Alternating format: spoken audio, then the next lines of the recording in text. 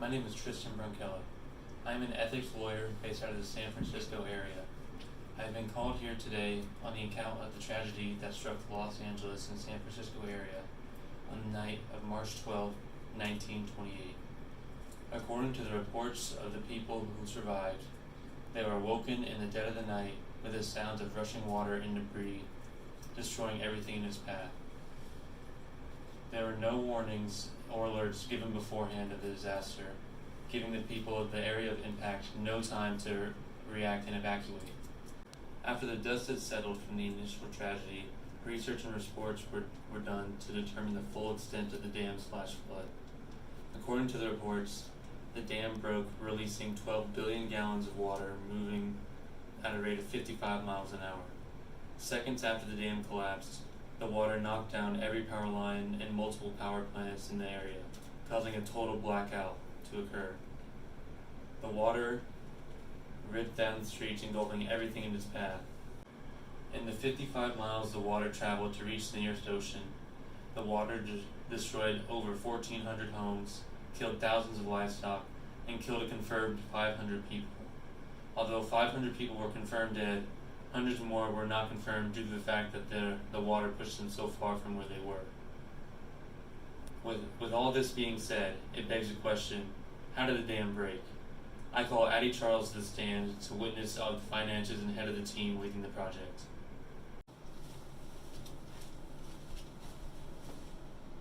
So Addie, could you please tell us your credentials and everything you know about the behind the scenes of this project? Hello, my name is Addie Charles. I'm a financial advisor from San Francisco.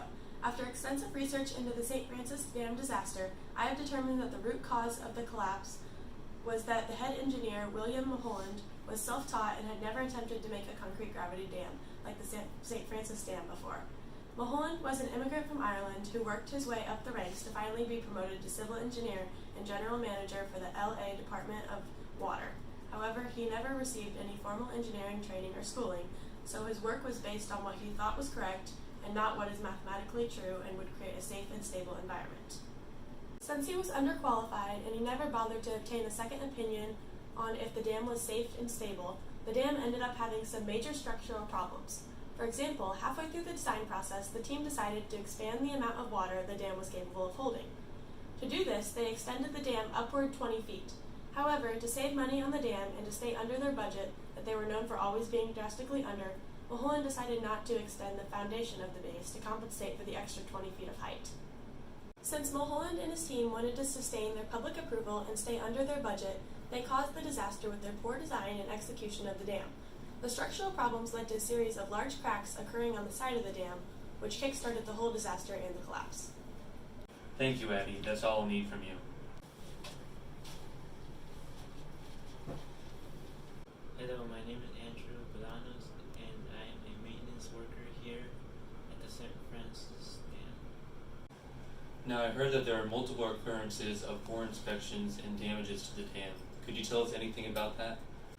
After the dam was extended upward in order to provide more storage, I observed many leaks and cracks throughout the dam and its abutments, which were part of the dam's foundation. From the top of the dam, there were two major cracks. The biggest ran from the top of the dam, and it was approximately 58 feet tall, west of the outlet gate, and there was another one about the same distance to the east. As to the foundation, I noticed there was a muddy discharge that started spurting out. One of the reasons why it could have been brown, it's because the base could have been eroding. There were also several temperatures and contractions that did appear on the dam. A minor amount of seepage began to flow under the abutments. An abutment is part of the batting or the concrete wall against which the dam is constructed. I reported all these issues to the head engineer, Mulholland, and his crew.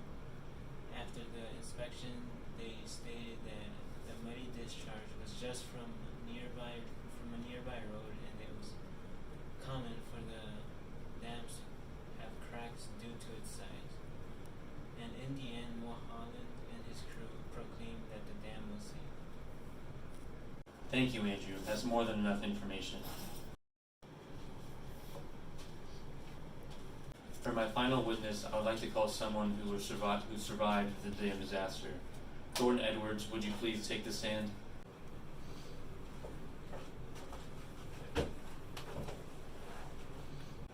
Thornton, could you please state your name and your contribution to the disaster? Hello, my name is Thornton Edwards, and I was part of the community during the St. Francis Dam disaster. I work in the St. Paul Police Department, and the night of March 12th, going into the morning of March 13th would change my life forever. I got word on the dam collapse and the rushing waters heading straight for St. Paul, so I knew exactly what I had to do.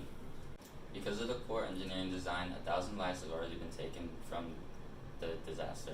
So I made sure everyone was safe in St. Paul, rushing to every place where someone could be in danger. I tried my best to get to everyone I can throughout the city, rushing on my motorcycle, but I did know that I wouldn't be able to get to everyone. Luckily, I was able to get to most people throughout the city, saving over thousands of lives instead of them being taken by the rushing water. When it became the morning, I ended up losing my motorcycle to the first wave of water coming to St. Paul. I knew I wouldn't be able to save everyone, but I'm glad I saved the people that I could. Knowing that I would be the hero of the St. Francis Dam disaster would forever change my life. Thank you, Thornton. That's all I'll need. With that, Your Honor, I rest my case.